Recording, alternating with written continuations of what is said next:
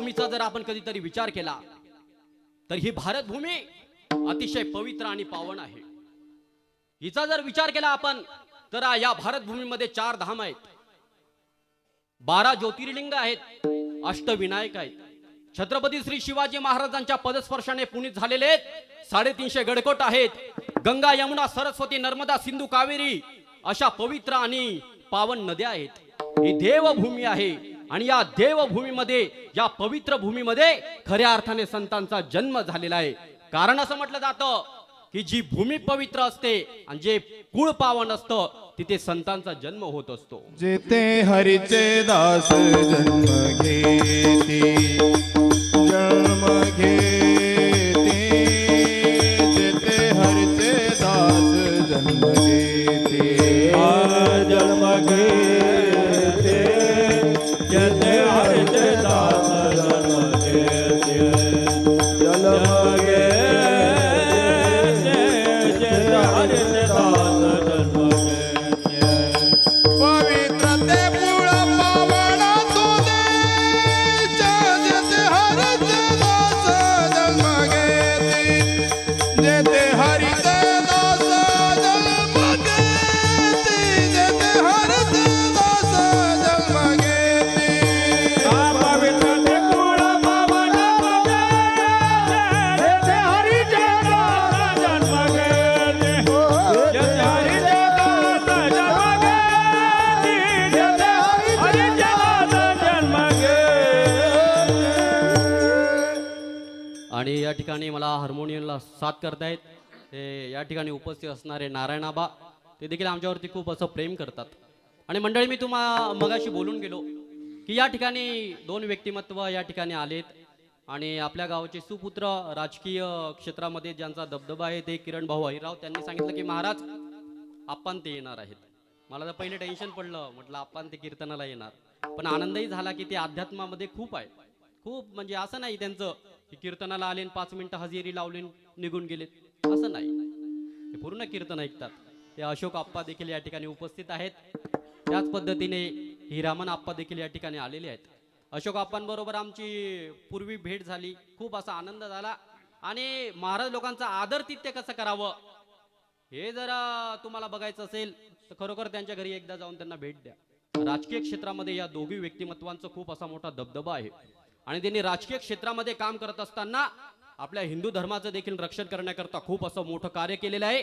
म्हणून एकदा त्यांच्यासाठी जोरदार टाळ्या झाल्या पाहिजे. त्यांना नमस्कार करतो आणि मी माझ्या सेवेला सुरुवात करतो.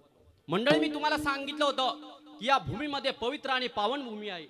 या ठिकाणी संतांचा जन्म झाला, या ठिकाणी देवांचा जन्म झाला, या ठिकाणी भगवंताचा जन्म झालेला आहे, या ठिकाणी साधू संतांचा जन्म झालेला आहे, संन्यासींचा जन्म झालेला आहे.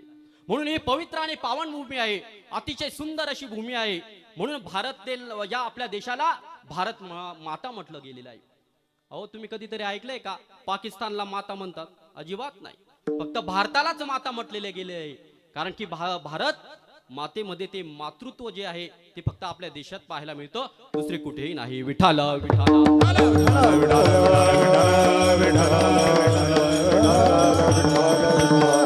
या ठिकाणी मी तुम्हाला सांगितलं होतं की भक्ताचं आणि भगवंताचं अतिशय असं प्रेम असतं. भक्त आणि भगवंत इतकं अतूट प्रेम असतं, इतकं अतूट प्रेम असतं की त्या प्रेमाला कशाची उपमा देता येत नाही मंडळी. खूप असं प्रेम या दोघांचं एकमेकांवरती असतं. भक्ताचं भगवंतावर असतं आणि भगवंताचं भक्तावरती असतं. अहो, ज्ञानेश्वर महाराज तर आण घेऊन सांगतात भगवंताची की आमचं तुमच्यावरती किती प्रेम आहे. तुझी आण वाही नका देवराया, देवराया बहु आवडते देवा पासोनिया, देवा पासोनिया, तुझी आण वाही नका देवराया, देवराया बहु आवडते देवा पासोनिया, बहु आवडते देवा पासोनिया. हे कानडिया विठोबा कानडिया, कानडिया विठोबा कानडिया, ओ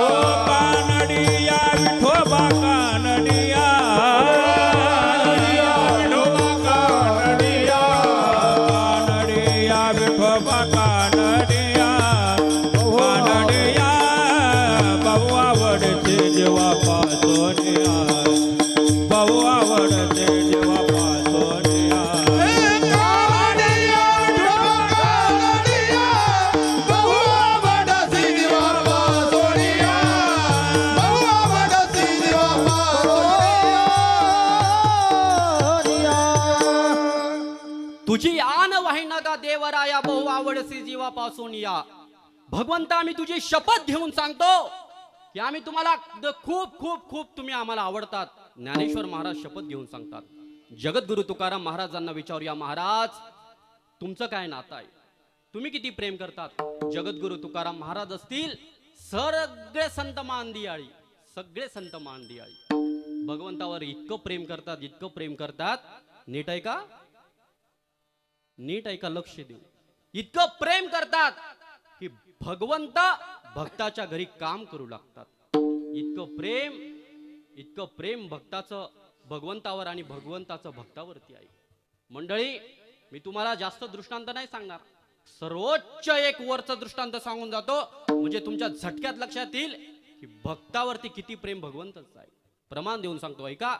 सजन कसाया विकू लागे मांस, माळ्या सावत्यास कुरकू लागे. सजन नावाचा कसाई आहे, मांस विकणं त्याचा कर्म आहे आणि त्याला मदत करणं हा भगवंताचा धर्म आहे. विठाल किती दृष्टांत. चोखा मेळा बंका जातीचे महार, त्याशी सर्वेश्वर ऐक्य करी.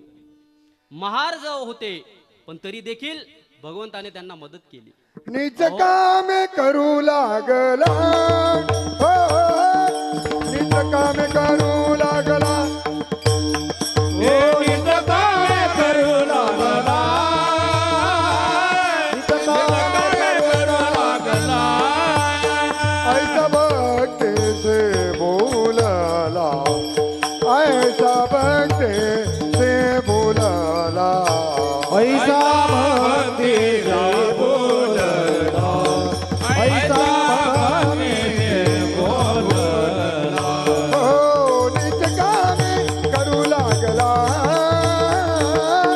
निज कामे करू लागला, कामे करू लागला, निज कामे करू नीच काम करून लागला, भक्तीशी बोलला. इतकं कोणतंही काम असेल, अहो जनाबाई बरोबर तर दळण दळू लागलं. इतकं प्रेम भक्ताचं भगवंतावर आणि भगवंताचं भक्तावरती होतं. एवढं घट्ट प्रेम त्यांचं होतं, म्हणून हे आपल्याला पाहायला मिळतं. सगळ्या जातीमध्ये संतांनी जन्म घेतला आणि ज्या ज्या जातीमध्ये संतांनी जन्म घेतलेला आहे ना, त्या सगळ्या जातीतल्या संतांना भगवंताने मदत केलेली आहे, काम करू लागलेले आहे. जगद्गुरु तुकाराम महाराज तर दृष्टांत देऊन सांगतात, आमचं किती प्रेम आहे भगवंतावर सांगू का, किती प्रेम आहे सांगू. एखाद्या पतिव्रते स्त्रीचं आपल्या पतीवर जितकं प्रेम असतं ना, तितकं प्रेम आमचं भगवंतावरती आहे. पतिव्रते जैसा भरतार प्रमाण, पतिव्रते जैसा भरतार प्रमाण, पतिव्रते जैसा भरतार प्रमाण, पतिव्रते जैसा भरतार प्रमाण.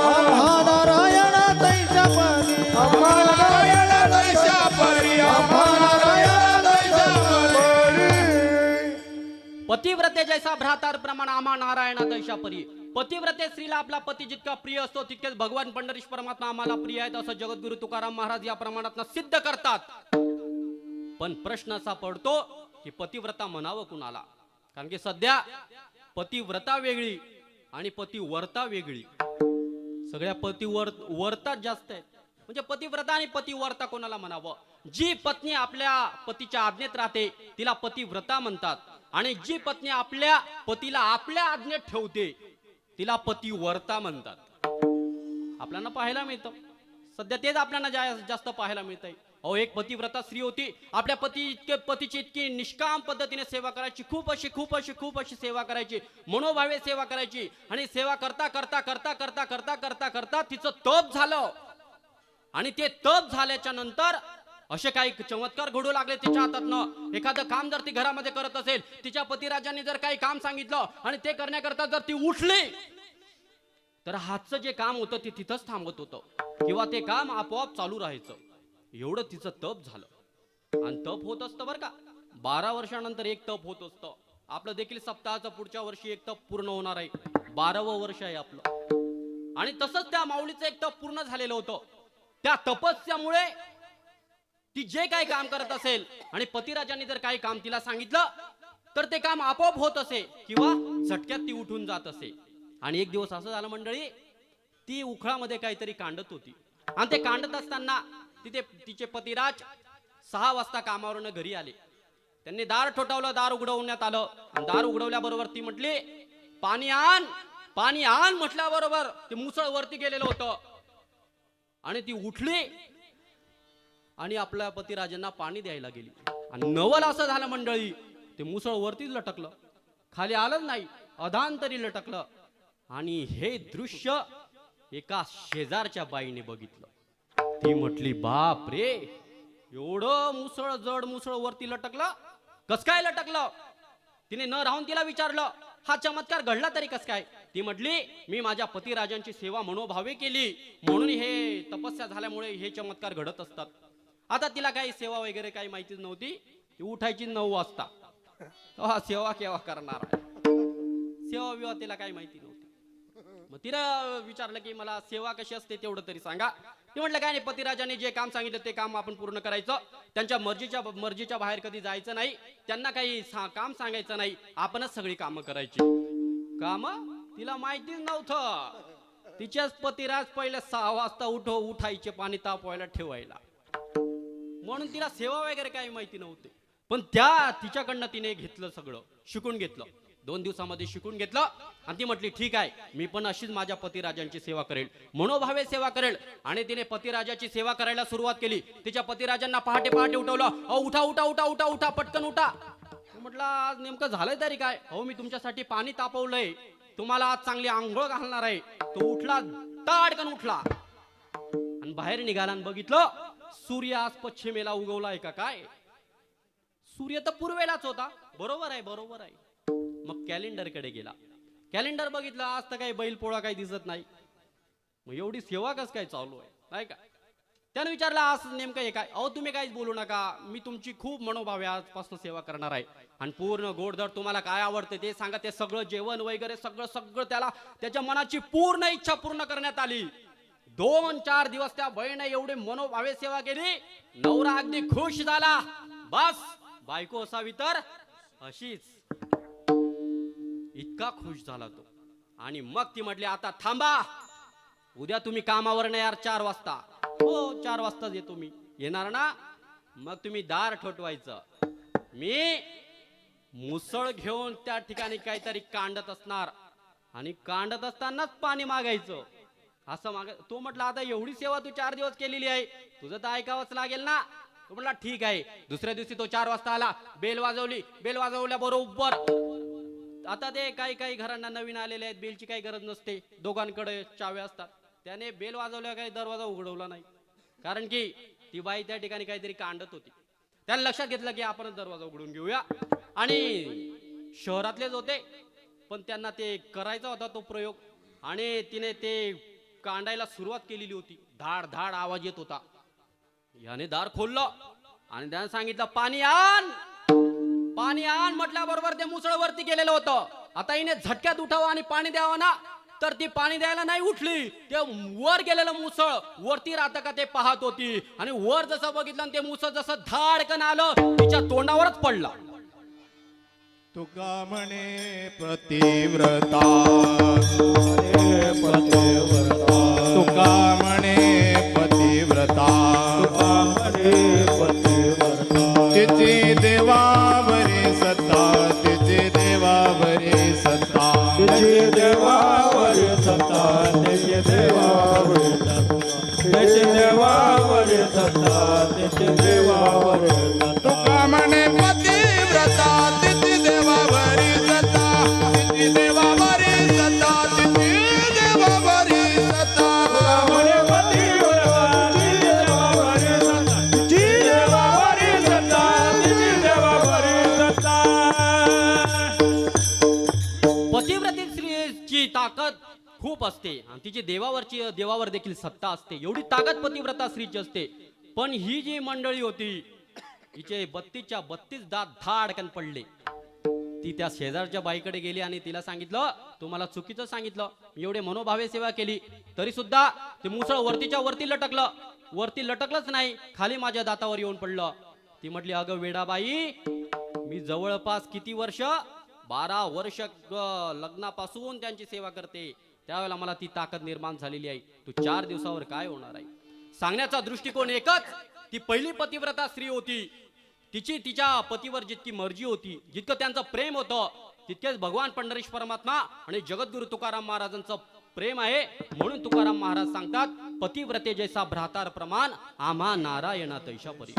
जगद्गुरु तुकाराम महाराजांना सांगूया, महाराज आम्हाला ते दृष्टांत पूर्ण समजलं नाही किंवा आम्हाला अपुरं पडतंय, आणखीन एखादं दृष्टांत द्या ना. तर जगद्गुरु तुकाराम महाराज सांगतात, ठीक आहे देऊ ना. जगद्गुरु तुकाराम महाराज एक दृष्टांत देतात. कोणतं सांगू का मंडळी? जगद्गुरु तुकाराम महाराज सांगतात, लोभी माणसाला धन जितकं आवडतं तितके आम्हाला भगवान पंढरीश परमात्मा आवडतात. लोभी माणसाला पैसे एवढे आवडतात ना, काय काय माणसांना फक्त पैसेच आवडतात, दुसरं काहीच आवडत नाही. ते काय काय खातील त्या पैशांमध्ये काही सांगता येत नाही. डांबर खाऊन जातात, खडी खाऊन जातात, रेती खाऊन जातात, फक्त पैसा पाहिजे त्यांना. काही काहींना तर बायको आवडत नाही, पोरं आवडत नाही, पण एवढा पैसा आवडतो. अशा मंडळी आपल्याला पाहायला मिळतात. प्रचंड प्रचंड पद्धतीने, कशाही पद्धतीने ते फक्त आणि फक्त पैशासाठी धावपळ करत असतात. आणि जगद्गुरु तुकाराम महाराज त्यांचा दृष्टांत देतात. जगद्गुरु तुकाराम महाराज सांगतात, त्या लोभी माणसाला धन जितकं आवडतं ना, तितके भगवान पंढरीश परमात्मा आम्हाला आवडतात. एक छोटस दृष्टांत देतो, म्हणजे तुमच्या झटक्यात लक्षात येईल की लोभी माणसाला पैसे किती आवडतात. एक खूप खूप खूप कंजूस माणूस होता. कधी दान धर्म कधी केला नाही, अजिबात नाही. 1 रुपया कधी सोडला नाही, 1 पैसा कधी कोणाला दिला नाही. प्रचंड प्रचंड त्याच्याकडे पैसा होता, पण 1 पैसा कधी, तो जुन्या काळातला माणूस, 1 पैसा कधी कोणाला दान धर्म केला नाही. पण पंढरपूरला मात्र भगवंताच्या दर्शनाला यायचा. आणि भगवंताच्या दर्शनाला यायचा आणि भगवंताने ठरवलं, अरे हा कधी 1 पैसा कोणाला दान करत नाही. आणि भगवंत नेमका अशाच लोकांची परीक्षा बघतात. हो, काही काही मंडळी आम्हाला पाहायला मिळतात. आता हे वर्ष, फक्त एवढं वर्ष म्हणू शकतो मी, एवढं वर्ष आम्हाला काही जास्त कुठे वर्गणी मागायला जावं लागलं नाही. नवीनच सप्ताह सुरू करायचा होता आणि त्यावेळेला आम्ही घरोघरी वर्गणी मागायला जायचो. या साईडला गेलो तो आम्ही, इकडे गावठांद्या सोडून कॉलनी परिसरात ज्या वेळेला वर्गणी मागायला गेलो, दार ठोठावला आम्ही 10-20 मुलं. म्हटलं अखंड रे नाम संकीर्तन सप्ताह करायचा, 1-2 लाख रुपये खर्च येतो, एवढा मोठा बंगला आहे, काहीतरी भेटत. बाईने किती रुपये काढले असतील सांगा ना तुम्हाला. नारदाच्या गादीवर आहे, खोटं बोलणार नाही. अमोल दादा, सनी दादा, हे सगळे मित्रमंडळी माझ्या सोबत होते.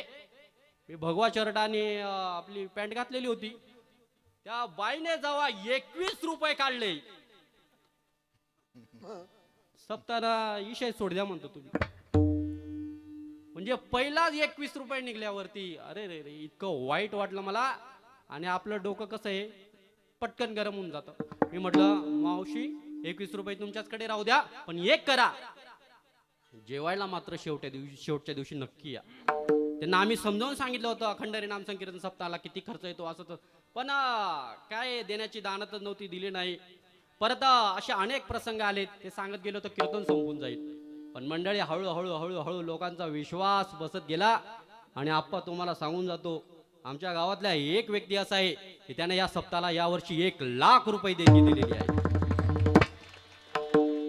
जिथे 21 रुपये लोक देत नव्हते, तिथे 1 लाख देत होते. पण काही काही अजून आहेतच बरं का, काय पैसे सोडायला काही तयारच नाही.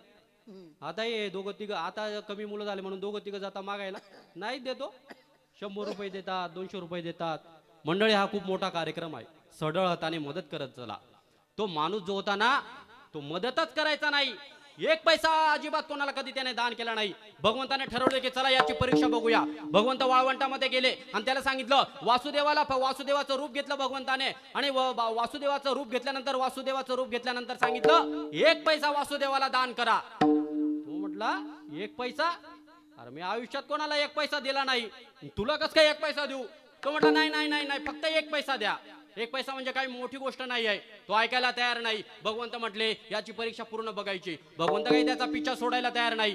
तो एक वाक्य बोलून गेला, माझ्याकडे आता 1 पैसा नाही, मला गावाला जाण्यापुरतेच पैसे आहेत. तुम्ही एक करा ना, माझ्या गावी या, मी तुम्हाला 1 पैसा देईन. आता त्याला असं वाटलं, या वासुदेवाला माझं गाव कुठं माहिती. पण ते भगवंतच होते शेवटी. भगवंताने असं ठरवलं की याची पूर्ण परीक्षा बघायची म्हणजे बघायची. आणि भगवंताने असं ठरवल्यानंतर भगवंत थोड्या 8-10 दिवसानंतर त्याच्या गावी गेले. वासुदेवाचं भजन सुरू झालं आणि वासुदेव जवळपास आता त्याच्या घरापाशी जाणार, तो दारामध्येच उभा होता. आणि त्याने ओळखलं, अरे बापरे, वाळवंटात भेटलेला वासुदेव आहे, आपल्याच घरी 1 पैसा मागायला येतोय.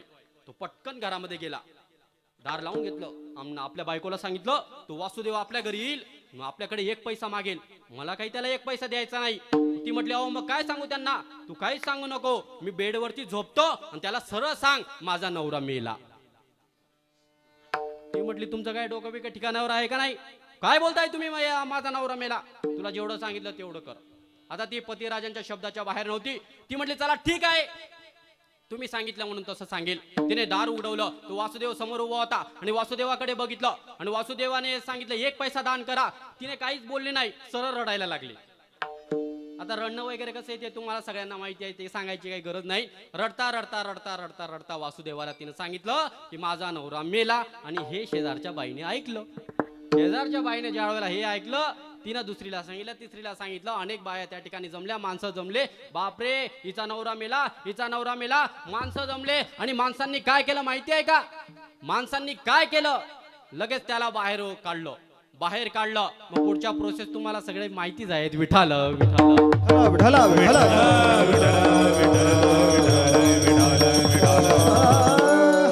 लोकांनी म्हणायला नको की तुमच्या कीर्तनाला कुत्र पण नव्हतं, नाही का? आपल्या कीर्तनाला कुत्रा बी आला आणि कुत्री बी आली. विठाला विठाला विठाला विठाला विठ्ठल जोडीने आले. कुत्रा कुत्री जोडीने येतच, पण माणसे काही जोडीने यायला तयार नाही. आता खानदेशाचे कीर्तन म्हटलं म्हणजे अशी परिस्थिती आहे. परिस्थिती म्हणजे ती वस्तुस्थिती आहे. आणि मला पण त्या अजून काही गमक कळालेलं नाही. आई राणी कोणताही बोला एकही शब्द तरी लोक असतात. पण माझं असं आहे, मी आळंदीला होतो 6 वर्ष. आळंदीला असताना आम्ही 15 मुलांची टीम होती सुवर्णकार धर्मशाळेत. एकही खानदेशी मुलगा नव्हता. सगळे पश्चिम महाराष्ट्र, मराठवाडा, विदर्भ, कोकण तिकडचेच मुलं आणि मी एकटा खानदेशी मुलगा होतो. म्हणून आईराणी तिथं 6 वर्ष बोलण्याचा प्रश्न नव्हता. म्हणून ते मला काही एवढं काही आईराणी बोलता येत नाही. पण एखादी शब्द जरी बोलला तरी तुम्ही असतात, हे मी खूप कीर्तनांमध्ये ऐकलेलं आहे. विठाल विठाल असो, ते तुम्हाला सगळ्यांना माहितीच असेल. सांगण्याचा दृष्टिकोन एकच आहे की तो 1 पैसा द्यायला तयार नाही. शेवटी लोकांनी ठरवलं चला बाहेर काढा, बाहेर काढा, याला बाहेर काढा. जास्त दिवस ठेवत नाही लोक, जास्त अजिबात ठेवत नाही. 12 घंट्याच्या वर ठेवत नाही. जास्त दिवस कशाला बोलायचं? त्याला बाहेर काढलं, बाहेर काढा, कपडे बिपडे काढा, चला आंघोळ बिंघोळ करा. आंघोळला गरम पाणी ठेवा, गरम पाणी ठेवा. आणि गरम पाणी ठेवलेलं होतं शेजारी. गरम पाणी असलं, गरम पाणी झालं, ते उकळलं उकळलं उकळलं. त्याच्याकडे कोणाचं लक्षच नाही. बाहेर रडत होत्या माणसं, दुसरीकडे ते बांबू बिंबू ते फिट करत होते. कोणाचं लक्ष नाही. पाणी किती तापलं. पाणी असलं उकळायला लागलं, असलं उकळायला लागलं. एकाने पाणी बादलीमध्ये टाकलं. तो म्हटला आता आंघोळ घालूया याला. पण त्याच्या बायकोचं लक्ष त्या पाण्याकडे गेलं. ती म्हटली बापरे, आपला नवरा तर जिवंत आहे. एवढं उकळतं पाणी जर टाकलं तर ताडकन उठी जाऊ. जमतं का थोडंफार? ताडकन उठून जाईल. म्हणून ती म्हटली थंड पाणी टाका, थंड पाणी टाका, थंड पाणी टाका. ती म्हणायला लागली अहो काय थंड पाणी टाका? आता त्या मेलेल्याच आहे, याच्यावर उकळतं टाका नाही तर थंड टाका, त्याला कसला फरक पडणार आहे? ती म्हटली नाही नाही नाही नाही नाही, माझ्या नवऱ्याला कोमट पाणी लागतं, आणखी थंड पाणी टाका, थंड पाणी टाका. ते म्हटले हिचा नवरा आहे, टाका थंड पाणी. टाकलं थंड पाणी, केलं कोमट पाणी, आंघोळ वगैरे झाली. आणि मग त्याला स्मशानभूमीकडे घेऊन जात होते. स्मशानभूमीकडे घेऊन जात असताना स्मशानभूमीपर्यंत पोहोचवलं. चिता रचली गेली, त्यावरती त्या व्यक्तीला ठेवण्यात आलं. पण तरी देखील पठ्ठ्या उठायला काही तयार नाही, अजिबात उठायला तयार नाही. आता त्याला अग्निडाग देत होते. अग्निडाग देण्याकरता त्याचा मुलगा पुढे आला. वासुदेव मात्र काही पाठ सोडायला तयार नव्हता. शेवटी वासुदेवाने ठरवलं, कारण की तो बहुकृपावंत आहे. त्याला असं वाटलं बापरे, 1 पैसासाठी जई मरी. म्हणून तोच गेला त्याच्या जवळ. आणि त्याच्या जवळ गेल्यानंतर त्याच्या कानापाशी सांगितलं, अरे बाबा 1 पैसा सुटला. तो म्हटला मग हा पठ्ठ्या उठला. विठाल विठाल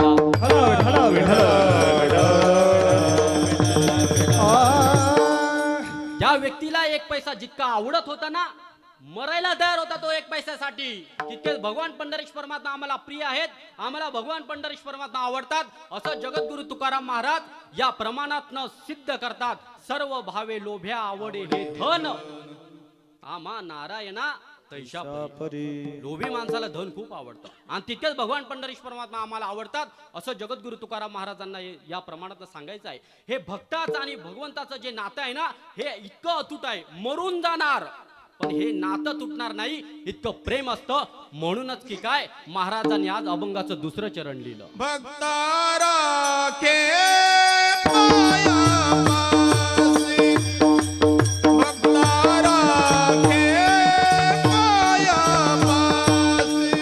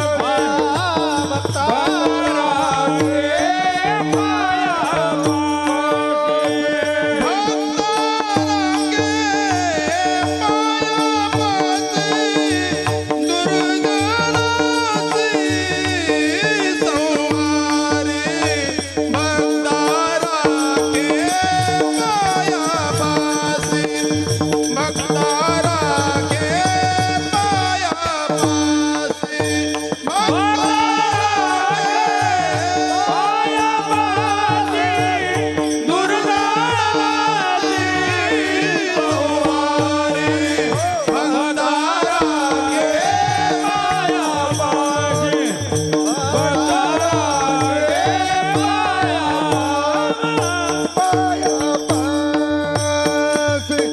भक्ता राखे पायापासी, पायापाशी दुर्जनासी संहारी. भक्ताला पायापाशी ठेवतात आणि दुर्जनांचा नायनाट करतात. एवढे एकच काम भगवंत करत असतात आपल्या जीवनामध्ये आणि असंच काम यांची समोर मूर्ती ठेवलेली आहे.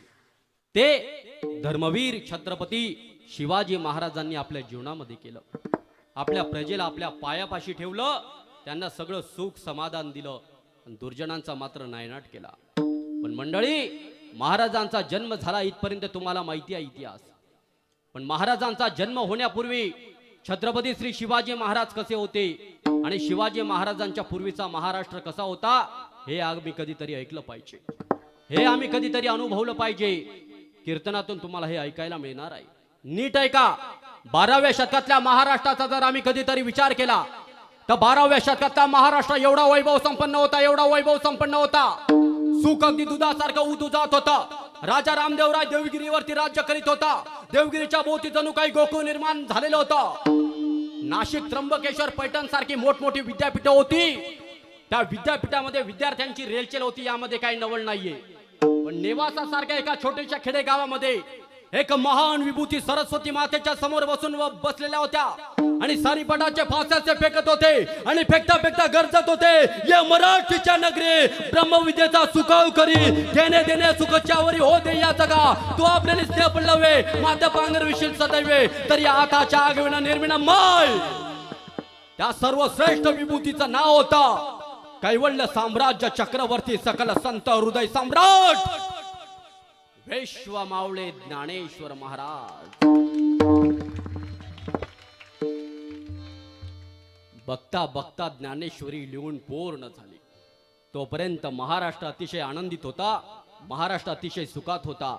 पण असं म्हणतात, सुखाला कुणाची तरी नजर लागते आणि एकाची नजर या महाराष्ट्राकडे लागलेली होती. त्याचं नाव होतं अल्लाउद्दीन खिलजी. तो असा विचार करायचा, कधी एकदा आम्ही महाराष्ट्रावरती आक्रमण करतो आणि कधी एकदा आम्ही महाराष्ट्राची राखरांगळी करतो. इथे रे धर्म अर्थ काम मोक्ष चारही पुरुषार्थ आनंदाने साधत होते. अनेक दिवस घातच झाला. विंध्याचराच्या पाठीमागून धुळीचे लोट उठले, घोड्यांच्या टापा खडाळल्या. 8000 इस्लामी कंटक आक्रांत गरजत होते. देन देन देन देन अल्लाहू अकबर. आणि ही तोडधाड देवगिरीवर कधी पडली ते दुर्दैवानं कळालंच नाही. मंडळी, देवगिरी गाफील होता, राजा रामदेवराय गाफील होता. चुकला राजा रामदेवराय, चुकला देवगिरी, चुकली महाराष्ट्राची भूमी, चुकला सह्याद्री. आणि खूप मोठे खंडने राजा रामदेवरायने अल्लाउद्दीन खिलजीला दिली. नीट ऐका मंडळी, ज्याच्या नेतृत्वाखाली मोगलांचं पहिलं पाऊल महाराष्ट्राच्या भूमीत पडलं, त्या अल्लाउद्दीन खिलजीला केवढी मोठी खंडणी दिली ती तुम्ही नीट ऐका. 600 मन सोनं, 2 मन मोती, 60 मन हिरे माणिके, 2000 मन चांदी आणि 40,000 रेशमी कापडाचे गठार, एवढी मोठी खंडणी राजा रामदेव रायने अल्लाउद्दीन खिलजीला देऊन टाकली. आप्पा, एवढी मोठी खंडणी. पण नीट ऐका, त्याने एक गोष्ट मागितली होती. काय माहितीये का? महाराष्ट्रातनं बाहेर गेल्यावरती मला राणी पद्मिनी पाहिजे, पद्मिनी पाहिजे असं त्याने पत्रात लिहिलं होतं. त्यावेळेला राणी पद्मिनीने इतकं सुंदर उत्तर दिलं होतं. नीट ऐका मंडळी. राणी पद्मिनी बोलली होती, ये खिलजी तेरे जैसा पापी एक हिंदुस्तान की औरत को छू नहीं सकता. ये खिलजी तेरे जैसा पापी एक हिंदुस्तान की औरत को छू नहीं सकता. हिंदुस्तान की औरत को छूने के लिए कलेजा चाहिए हिंदुस्तानी शेर का. तेरे जैसा विदेशी कुत्ता तो हमारी बहन के तरफ आंख उठाकर देख भी नहीं सकता.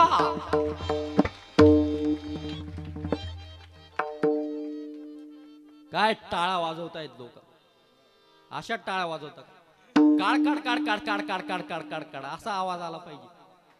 महाराजांबद्दल थांबा थांबा थांबा थांबा. तिकडं माग बाउंड्रीवरचे बी वाजवा बर का. 2 मिनिटं ऐका. महाराजांबद्दल 2 ओळी बोलून जातो. नीट ऐका. बांध के पगड़ी जब शिवाजी महाराज तैयार होते थे, उठा के शमशेर अपने घोड़े पे सवार होते थे. अरे बांध के पगड़ी जब शिवाजी महाराज तैयार होते थे, उठा के शमशेर अपने घोड़े पे सवार होते थे, तब कहते थे दुश्मन के बंदे, अरे काश हम भी कभी मराठा की औलाद होते. छत्रपती शिवाजी महाराज के. आता झाले जागृत लोक. नाही का मंडळी? बघता बघता इतिहास मी तुम्हाला सांगत होतो. हळूहळू हळू अल्लाउद्दीन खिलजीचे पावलं महाराष्ट्रामध्ये पडायला लागले. पूर्ण महाराष्ट्र त्याने पादाक्रांत केला. राजा रामदेवरायचा मुलगा शंकरदेवराय तो मोहिमेवरती गेलेला होता. तो परत आला. त्याने युद्ध मांडलं, पण दुर्दैवाने त्याला देखील पराभव पत्करावा लागला. आणि हळूहळू हळूहळू सुलतानांची दाटी या महाराष्ट्राच्या भूमीमध्ये व्हायला लागली. प्रथम आले ते दिल्लीचे मोंगल आले, नंतर विजापूरची आदिलशाही आली, गोलकोंड्याची कुतुबशाही आली, हैदराबादची निजामशाही आली. आता तुम्हाला ही आदिलशाही, निजामशाही, कुतुबशाही तुम्हाला कळणार नाही. म्हणून आताच्या भाषेमध्ये सांगून जातो. आता जसे पक्ष आहेत ना, काँग्रेस, राष्ट्रवादी, बीजेपी, शिवसेना, मनसे, रिपब्लिकन पार्टी, त्यावेळेला तशा शाया होत्या. आदिलशाही, कुतुबशाही, निजामशाही. आता मी काय यांना शाया म्हणत नाही या पक्षांना, पण तुम्ही याच्यात स्वराज्य आहात का ते तुम्ही फक्त बघा, नाही का? म्हणून सांगायचा दृष्टिकोन एकच. प्रत्येकाने कोणत्याही पक्षात राहा. मी नेहमी मानत असतो, तुम्ही कोणत्याही पक्षात राहा, कोणत्याही पक्षाचा झेंडा तुम्ही खांद्यावरती घ्या, पण त्या झेंड्याचा जो दांडा आहे तो शिवरायांच्या विचारांचा असू द्या. म्हणजे खऱ्या अर्थाने तुम्ही या महाराष्ट्रात आहात एवढं तरी समाधान लाभेल. काय काय मंडळी विसरले महाराजांना. असं करू नका.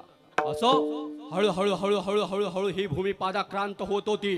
पण 350 वर्षानंतर आणखीन एक घटना घडली. एका महान विभूतीने या महाराष्ट्रामध्ये जन्म घेतला. त्यांचं नाव होतं श्री संत एकनाथ महाराज. एकनाथ महाराजांनी जन्म घेतला. आपल्या कथा कीर्तनाच्या भारुडाच्या माध्यमातून समाज जागृती करण्याचा प्रयत्न केला, समाज निर्माण करण्याचा प्रयत्न केला.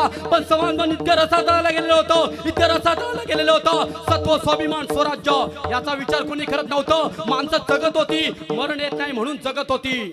या पलीकडे जगण्याला दुसरा अर्थ उरलेला नव्हता. लग्न मंडपात तरण्या बांड पोरी उचलल्या जात होत्या. सुलतानांची जनानखाने भरले जात होते. पाणी आणण्याकरता पानवटावर गेलेली तरुण मुलगी सुरक्षित घरी परत येईन याची शाश्वती नव्हती. त्या काळामध्ये सर्वस्व लुटलं जात होतं. सारं लुटलं जात होतं. सुलतानी फौजा आधी वकवकून पडत होत्या. सर्वस्वा बरोबर लुटली जात होती ती वस्तू म्हणजे आबरू. काय झालं या महाराष्ट्राच्या भूमीला? कुणीच वाली नव्हतं का? कुणीच वाली नव्हतं का? अरे एकेकाळचे खरोखरचे राजे आता पदवीचे लाचार झालेले होते.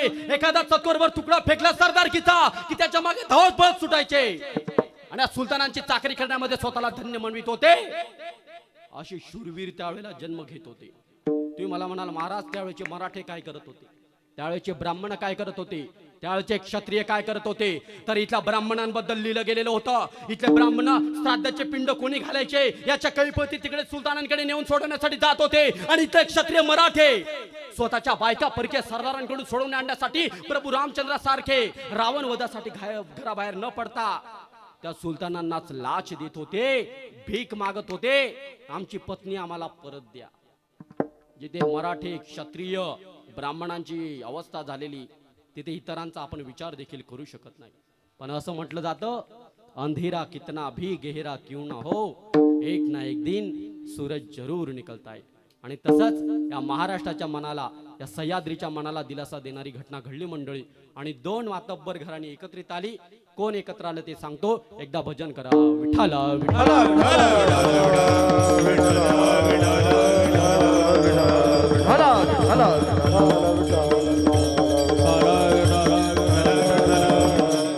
जिजाऊ मासाहेब आणि शहाजी राजांचा विवाह झाला 1605. इसवी सन 1605 साली विवाह झाला दोघांचा. आणि त्या दिवसापासून मंडळी महाराष्ट्र आणि विदर्भ एकत्रित आला. महाराष्ट्र आणि विदर्भ त्या दिवसापासून एकत्रित झालेला आहे. म्हणून इतिहासाची पानं जर एकीकरण दाखवत असतील तर आम्ही तुकडे तुकडे पाडण्याचा विषय येत नाही. आणि जे मंडळी विदर्भ महाराष्ट्र वेगळा करण्याचं स्वप्न बघत असतील त्यांनी एकच लक्षात घ्यावं की जिजाऊ मासाहेब विदर्भातल्या होत्या, शहाजीराजे महाराष्ट्रातले होते आणि त्यांच्यामुळे एक झालेला आहे विदर्भ महाराष्ट्र. एवढं तरी डोक्यात घ्या. ते म्हणला नाही नाही नाही नाही नाही आम्हाला ना विकास करायचा आहे.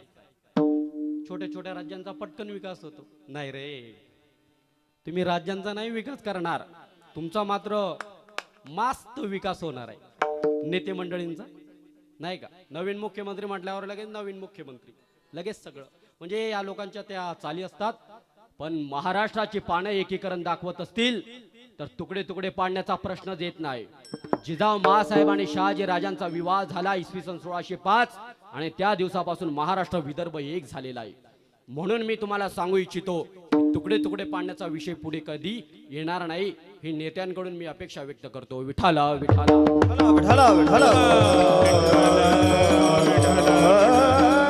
जिजाऊ मासाहेबांचा शहाजी राजांचा विवाह झाला त्यावेळेला जिजाऊ मासाहेबांचं वय कमी होतं, शहाजी राजांचं वय देखील कमी होतं. शहाजी राजांचं वय त्यावेळेला 10 वर्ष होतं आणि जिजाऊ मासाहेबांचं वय त्यावेळेला 5 वर्षांचं होतं. आता तो पूर्वीचा काळ होता, लहानपणी लग्न व्हायची. आणि म्हणून पत्रिकेमध्ये बाळांनो शांत बसा, बोलू नका, असं शांत राहायचं. जिजाऊ मासाहेबांचा आणि शहाजी राजांचा विवाह इसवी सन 1605 साली झाला. जिजाऊ मासाहेबांचं वय होतं 5 वर्ष, शहाजी राजांचं वय होतं 10 वर्ष. म्हणून पत्रिकेमध्ये लिहिलं गेलं आमच्या मुलाच्या लग्नाला या, आमच्या मुलीच्या लग्नाला या. आणि 21व्या शतकामधल्या लोकांनी काय केलं माहिती आहे का, ते शब्द जसेच्या तसे उचललेत आणि पत्रिकेमध्ये आज छापलं जातं आमच्या मुलाच्या लग्नाला या, आमच्या मुलीच्या लग्नाला या. पण खरे मुलं मुली आहेत का तुम्हीच विचार करा. 28 वर्षांची मुलगी म्हणजे किती कोवळी असेल हो. 28 वर्ष. मुलांबद्दल तर बोलायचं काम राहिलेलंच नाही सध्या. 40 वर्षवाले 40 नवरदेवांच्या याद्या आहेत माझ्याकडे. स्वच्छ मराठीत बोलायचं झालं तर बायोडाटा नाही का, समजलं त्याला समजलं, बाकी खिचडी खायला. बायोडाटा. ते म्हणतात महाराज तुम्ही वेगवेगळ्या गावांना जातात, बघा ना आमचं कुठं जमतंय का. त्यांना म्हणतो अरे मनच जमाना तुमले कथा दकत फिरू. काय अण्णा बरोबर ना, आबा मनच जमा तुमले कथा दकत फिरू. पण मी त्यांना कधी नाराज केलेलं नाही. त्यांना सांगितलं थांबा, भेटली तर भेटली अजून 20-25 वर्षाने. त्यांना मी कधी नाराज. आणि तशीच परिस्थिती आहे हो सगळीकडे, तरी तशीच परिस्थिती आहे. एका ठिकाणी पाहुणे मंडळी बघायला आले, मुलगी बघायला आले. ते मुलगीने मुलगा बघितला, मुलाने मुलगी बघितली, दोघांचा पसंत झाली. पाहुणे मंडळी चहा पोहे नाश्ता झाला, पाहुणे मंडळी जायला निघाली. पण एक म्हातारे व्यक्ती होते, ते म्हटले थांबा, एक प्रोसेस राहिली. ते म्हटले काय राहिलं नेमकं सांगा ना. ते म्हटले मुलीच्या आईने आपल्या होणाऱ्या जावाई बापूचं तोंडच बघितलेलं नाही. ते म्हटलं अर खरं आहे बर का, पुढे काही प्रॉब्लेम नको यायला, म्हणून तेवढं झालं पाहिजे. आणि ती व्यक्ती नवरदेव होणारा जावाई बापू बसलेला होता त्या पलंगावरती, बेडवरती तो बसलेला होता. आणि ती नवरीची आई आता त्या मुलाचं तोंड बघायला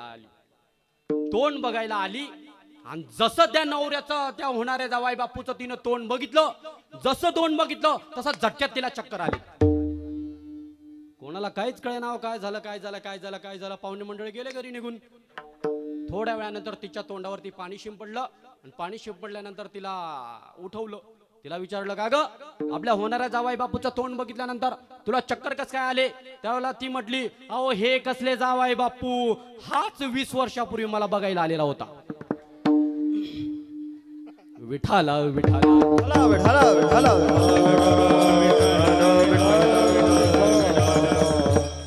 मंडळी सांगून जातो, विनोदाचा भाग सोडा. विनोद होईलच. तुम्ही म्हटले महाराज नाही भाग सोडा तरी पण होईलच. परिस्थिती तशी महाराज, एवढे दाढ नवर देव आज का गोडावर बसत, गोडा सुद्धा नाही म्हणायला लागतात. कवा उतरण आणि कवा नाही, एवढे धाडधीपड आपल्याला पाहायला मिळतात. पण पूर्वीचा काळ मात्र तसा नव्हता. पूर्वी लहान लहान लेकरांची लग्न व्हायची. 5 वर्षांच्या जिजाऊ मासाहेब आणि शहाजी राजांचं लग्न झालं. हळूहळू जिजाऊ मासाहेब भोसल्यांच्या घराण्यामध्ये नांदायला आल्या आणि पुढे हळूहळू स्वराज्याची निर्मिती झाली. 1 किल्ल्यापासून तर 350 गडकोटांपर्यंत छत्रपती श्री शिवाजी महाराजांनी आपलं राज्य निर्माण करून ठेवलं. संपूर्ण हिंदुस्थान हिरवा पडलेला असताना 15 वर्षाच्या मुलाने आपल्या खांद्यावरती भगवा घेऊन बंड केलं. ही गोष्ट काही सामान्य झाली नाही. हे एका इंग्रज अधिकाऱ्याने लिहून ठेवलेलं आहे. सोपी नाही गोष्ट, सोपी नव्हती त्यावेळेला गोष्ट.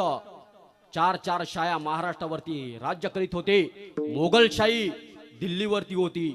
अशा परिस्थितीमध्ये शिवबाराजांनी निर्माण करून दाखवलं. म्हणून महाराजांबद्दल बोललं तितकं कमी आहे. महाराजांबद्दल 2 ओळी बोलून जातो, नीट ऐका मंडळी. दुनिया पे राज किया था उसने क्योंकि जिस्म उसका फौलाद का था. दुनिया पे राज किया था उसने क्योंकि जिस्म उसका फौलाद का था. अरे कभी किसी के सामने सर नहीं झुकाया क्योंकि शिवराज मराठा की औलाद था. जगदम मराठा म्हटलं म्हणजे काहींच्या डोळ्यांसमोर 96 उभं राहत आहे. त्यांना वाटतं 96 कुळी म्हणजेच मराठा. पण मराठ्याची व्याख्या एवढी संकुचित नाही आप्पा.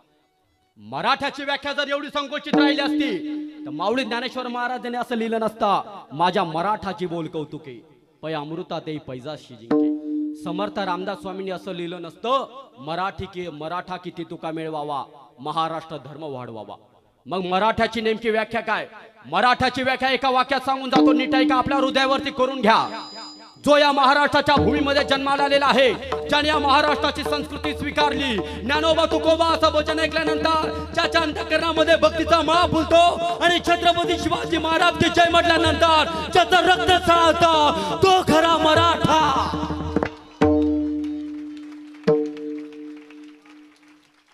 मग ते कोणी असो, साळी माळी कोळी तेली वाणी हरजन गिरजन चर्मकार सुवर्णकार कैकाडे भिल्ल पारधी वडार वंजारा बंजारा सगळे 18 पगड जाती म्हणजे मराठा. हा व्यापक दृष्टिकोन कधीतरी आम्ही डोळ्यांसमोर ठेवला पाहिजे.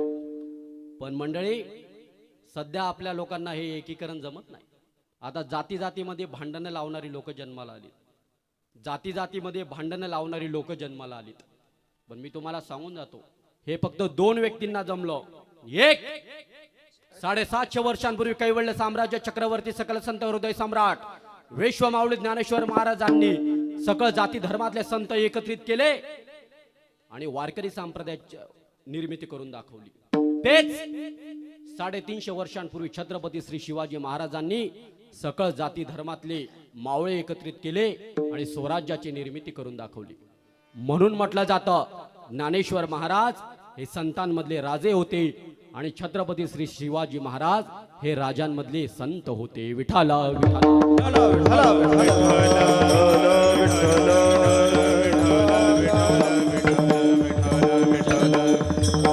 जगद्गुरु तुकाराम महाराजांना विचारूया, महाराज तुम्ही कीर्तन ऐकत आहात, तुम्हाला अभंगही माहिती आहे. मी तुम्हाला अभंगाची पार्श्वभूमी देखील सांगितलेली आहे. भक्ताचं रक्षण भगवंताने केलं, भगवंतावरती भक्ताचं प्रेम होतं. इतकं प्रेम होतं, इतकं प्रेम होतं की मंडळी त्या प्रेमाची परिभाषा आपल्याला करता येणार नाही. इतकं प्रेम होतं, खूप असं प्रेम होतं. त्या प्रेमाची परिभाषा आपल्याला करता येणार नाही, इतकं प्रेम होतं. हे एकमेकांचं प्रेम असल्यामुळेच हे अतूट नातं निर्माण झालं. खूप असं प्रेम होतं. पण मंडळी, प्रेम करत असताना आपल्या जीवलगाची ज्या वेळेला आपल्याला रक्षण करायचं असेल त्यावेळेला काहीतरी शस्त्र पाहिजे ना, कारण की दुसरे लोक टपूनच बसलेले असतात. आणि त्यावेळेला काही एक राक्षस मारला म्हणजे संपला असं नाही, लगेच दुसरा उत्पन्न व्हायचा, दुसरा मेला का लगेच तिसरा उत्पन्न व्हायचा, तिसरा मेला का लगेच चौथा उत्पन्न व्हायचा. म्हणून आता गावामध्ये काही राक्षस असतील तर असं समजू नका एवढं भारी काम करतो आणि विरोध करतोस रे. हे आतापासून नाही बरं का, हे पूर्वीपासून सुरू आहे. देवांना झाले नाही मंडळी, देवाला विरोध होता, हा आपलं काय घेऊन बसला. म्हणून चांगल्या माणसाने चांगलं काम करत राहावं, करत राहावं, करत राहावं. एक दिवस असा येतो की आपण जर थांबलो तर ते कार्य सुद्धा थांबतं. एवढी ते कार्य कधी थांबत नाही, आपोआप चालू राहतं. म्हणून चांगलं काम हे करत राहावं. मी नेहमी सांगत असतो, शिवाजी महाराजांनी एक मावळ्यापासून सुरुवात केलेलं स्वराज्य किती मावळ्यांपर्यंत गेलं तुम्हाला सगळ्यांना माहिती आहे. आज संपूर्ण राज्यांमध्ये, आज अनेक देशांमध्ये शिवाजी महाराजांचं गुरेढा युद्धतंत्र आणि गनिमी कावा हे नकाशासहित शिकवलं जातं. नकाशासहित हे युद्ध शिकवले जातात. एवढे महान होते शिवाजी महाराज. मी तुम्हाला एकच सांगत होतो की भगवंताने देखील रक्षण केलं, भगवंताने रक्षण केलं. पण कसं केलं माहिती आहे का? एका हातामध्ये शस्त्र घेऊन केलं. कोणते शस्त्र घेतले? अभंगाचं पहिलं चरण. घेऊन या चक्र गदा, घेऊन या चक्र गदा, आगमनीया चक्रगदा, घेऊनिया चक्रगदा, घेऊन या चक्र गदा, घेऊन या चक्र गदा, घेऊनिया चक्रगदा, घेऊनिया चक्रगदा. हाती धंदा करिदासे, हाती धंदा करिदासे,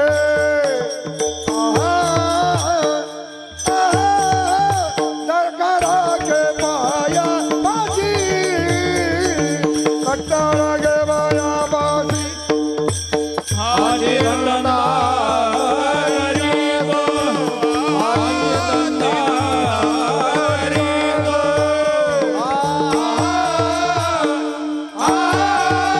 भक्तारागे मायावासी, भक्तारागे मायावासी, मायावासी, मायावासी.